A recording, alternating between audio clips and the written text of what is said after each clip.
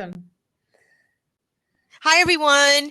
Welcome to today's podcast. This is Michelle Aubin, and I love to introduce the world to interesting people who are doing transformational work, helping other people. And today we have Hunter Clarke Fields, and she's going to talk about her work as a mindfulness mentor to moms. And Hunter, welcome. Thank you. Thank you, Michelle. Thanks for having me on. And we chatted a little bit about who you are and what you do, and I think what you're doing is fantastic. But can you just share with everyone your project and what you're doing with to help people? Sure. Yeah. Like you said, I'm a mindfulness mama mentor. So that means I coach like smart, accomplished, overstressed women on how to cultivate mindfulness in their daily lives. And I've been practicing yoga and mindfulness for over 20 years, and I've taught thousands worldwide. So it's really a passion for me to help parents and moms especially like get really, really grounded in themselves, and so that we can kind of transform the way we are for the next generation. And you also mentioned you have a podcast where you interview yogis. Yeah. So I also have, Yoga Stories Project, and it's on iTunes and everything. And it started because I was driving to a yoga class, and I thought, I want to listen to a podcast that's just like about yoga, not like a yoga class. And so I just started, and I did it sort of infrequently as it goes along, but now I'm sort of more regular every 2 weeks now. And I just talk to people from all around the world on how yoga changes lives. And then also starting next week will be some of them on certain topics. Like next week will be on self-compassion. So bringing yoga and mindfulness into people's lives. It's called Yoga Stories? Yoga Stories Project. Great. Mm-hmm. So anyone who wants to listen to that, they can just search that and they'll find that podcast. Yeah, you can go to yogastoriesproject.com. Love it. So talk about the work you do with moms. What is that like? Where do you bring people from and to in the work that you do? What happens along the way? Yeah, well, I mean, so many moms are out there they're trying to do everything. We want to be really great moms for our kids, but there's so many pressures on moms. You know, we're working, we're trying to do well in our work, we're overstressed, there's too much to do. And I help overstressed moms. I do one-on-one coaching, and I have different programs that I do. And I help them bring mindfulness into their daily lives. And mindfulness practices are amazing because, I mean, really the research is unbelievable. It helps with anxiety, it helps with depression, it helps us have more time, it helps us have more focus. And also, especially with our kids, it helps us, I mean, really there's like all this stuff on parenting, on how to be a great parent, what to say, what to do, and all that. But we can't really mindfulness is the foundation for making these changes really happen. It gives us the space between our actions and our thoughts. You know, it gives us that tiny bit of space to be able to sort of choose to respond rather than react. So, you know, with some of my clients, I work more on themselves and their own self-care. Some of my clients, I work on a lot of skillful communication and relationship work. And I just want us I see like we have generational patterns of suffering. Like we have anxiety and anger patterns that get passed on through generations. I definitely see it in myself. Absolutely. And so I want to be able to like, let us be the change that we want to see so that it's easier for the next generation. It's really powerful to bring the concept of mindfulness into the family dynamic and into parenting. And, I can vouch for mindfulness practice, how powerful it's been in my life. But for people that hear that word, I know that when I heard that word, it seemed more complicated than it really is. Yeah. If you know what I mean. And so for people absolutely. that, most people have heard of the word mindfulness, but can we take a moment and just explain what it is for someone that is saying, oh, maybe I know what this is, but let's break it down. What does it really mean? Well, mindfulness is simply choosing to pay attention or to direct our attention in a curious and friendly way. And so when we speak about bringing it into our lives to sort of help us in all these different ways, what it means is as we sit still, basically a basic mindfulness practice is sitting still and following your breath, right? Paying attention to your breathing. But what happens with that is that really no one who gives you that instruction to do that, like when I do that, give people instruction to do that, I don't expect you to be like, okay, and and like angels come out, it's really about, oh, wow, look, at first it's like, look, my mind is going crazy. It's bouncing from thought to thought. And was it ever like this? And I'm feeling worse now. Exactly. Right. But really what happens is it's the bringing your attention back to your breath again and again and again and again is training your muscles of focus, like your neurological muscles of focus. And when we train our attention back to the breath, we do it in a friendly way so that we're not like shooting ducks with our thoughts, thinking, but we're like, oh, okay, there I am. I'm thinking again. And what that does is over time and with practice, I kind of think of it like a brain hack that they discovered 2,600 years ago, like, wow, if I do this, like, look at this, I'm happier, I'm more peaceful, I'm more at ease. But really, it just allows us to get this bit of space from our thoughts so that it's no longer we believe everything we think, we're in our thoughts. It's like, oh, I had a thought about that and I can choose to believe this thought or I can choose not to believe this thought. So in that, it gives us this incredible freedom to be more in control of this incredibly powerful tool we have up here, and rather than it controlling us.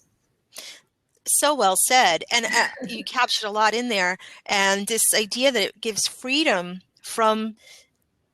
believing our thoughts. Yes.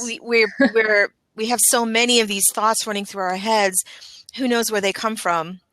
Yeah. And they're just that. And my experience with mindfulness is that the practice of it, you sit down for a few minutes and you do this practice, doesn't mean we have to be perfect. Oh no. Right? That I think a lot of people who maybe feel like, well, I'm not doing it right. Mm-hmm. But there is no wrong way to do it. It's just, like you said, it's just focus. Yeah, exactly. I mean, and I have this, when I first started practicing mindfulness, I practiced for a long time and I would practice with a Sangha, with the meditation group. And I was with that Sangha and a monk came to the Sangha from the Blue Cliff Monastery in New York. And so in the Sangha, we sat for 25 minutes of sitting meditation and then 10 minutes of walking meditation and 10 minutes of sitting meditation. And we talked afterwards.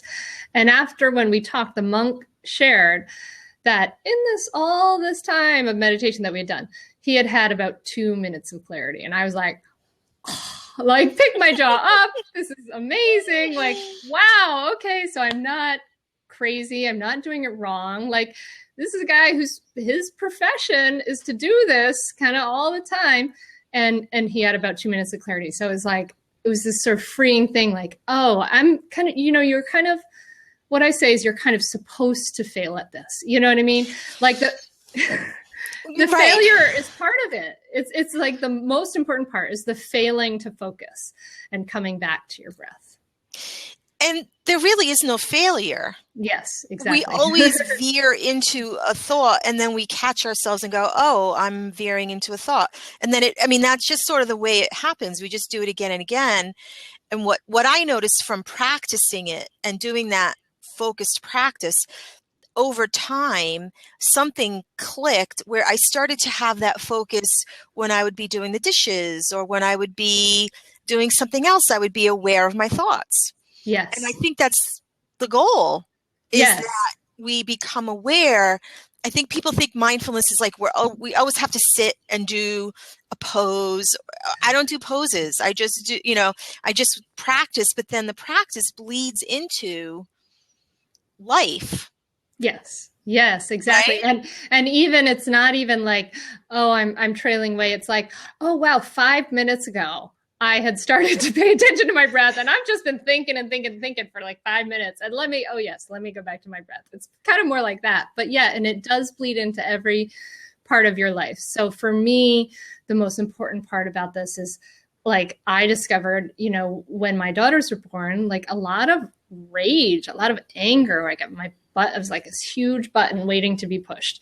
And it allowed me to notice and recognize that, sooner and sooner to the place where, I could make a difference. And ultimately it allows me to stop before I get to that point and then go take care of myself some way. So, I mean, I think Wonderful. it's really transformational that way. I mean, among all the other ways, it is transformational. That's a great example, because the other gift of the practice is that we don't judge our feelings. We don't judge, we just notice, which means we don't then have to react or compensate or try not to be who we are. We're more at choice. This just kind of, I don't propose to be a mindfulness teacher, but this is what I've come to understand, is that there's a lot of acceptance of those feelings that we might have judged previously. And that's a big taboo with parenting, is you're supposed to always feel great about being a parent, but we're human, people are human, right? Yeah, no, absolutely not.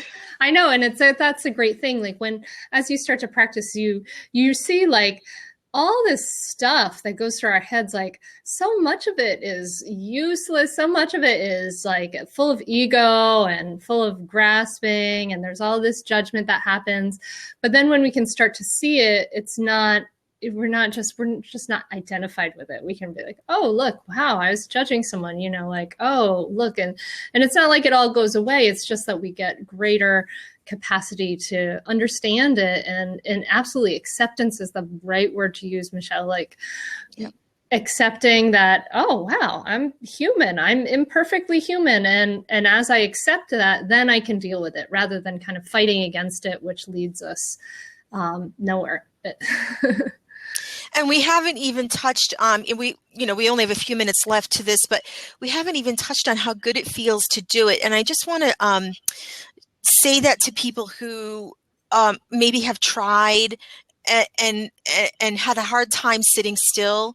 And you don't have to do it perfectly, but if you do a practice, even for 2 minutes to start, eventually something kicks in and your brain waves change, and it feels awesome. Yeah. I mean, right? It really changes. And it's really all about, like, I do a mindfulness retreat. I do a free mindfulness retreat a few times a year.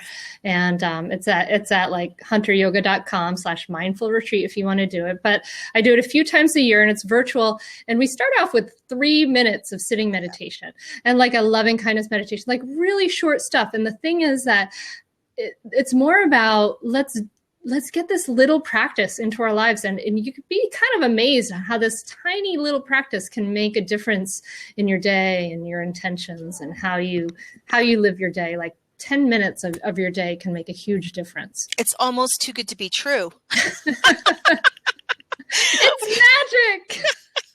It really is. Like, it's just so funny. I remember being the person hearing people talk about this and going, yeah, right. Yeah. And then I had, a bunch of stuff happen in my life that caused me to really need to focus on feeling better. And this was a big piece of that. And it's so simple. I heard somebody on a documentary about mindfulness on PBS. I don't know the name, but this is like a PhD doctor. He was saying if there was one pill he would prescribe, it would be mindfulness, because it's so good for everything. And this is documented. It's not just made up. Yeah. He helps with so many things. And, I wish I knew the name of the guy. I need to research that, because, but it's just what we're saying. And it's so simple. Yeah. And no side effects. Yeah. Like it's a weird brain hack, right? It is. Oh, on that note, I think we're going to wrap up for today. So is there any final, piece of wisdom or anything you want to leave the viewers with today? Yeah, no, maybe just don't sacrifice what's doable for what's ideal. Like if it's not this ideal, I'm going to go to an hour and a half yoga class, like do 3 sun salutations in your room. Like if you don't have 10 minutes to meditate, sit down for 60 seconds, before you eat lunch, or, just make something that's really small and doable in your life, and you'd be kind of amazed at what can happen. I like that. I even tell people, friends that are stressed out, like take 2 minutes in your car Yeah, and put on yeah, like headphones of a trance thing that you download from online. 2 minutes in your car before you go into work can work wonders. It doesn't have to be 20 minutes. yeah, Yeah. yeah, exactly. Hmm. Well, Hunter, thank you so much for this wonderful interview, Yeah. and the listeners can find you at hunteryoga.com. Is that right? Say Yep. that again, your website? Hunteryoga.com. Mm-hmm. Yeah. Great. Yeah. All right, everyone. We will see you around next time, and have a great day. All right. Bye, everyone. Bye-bye. Trying to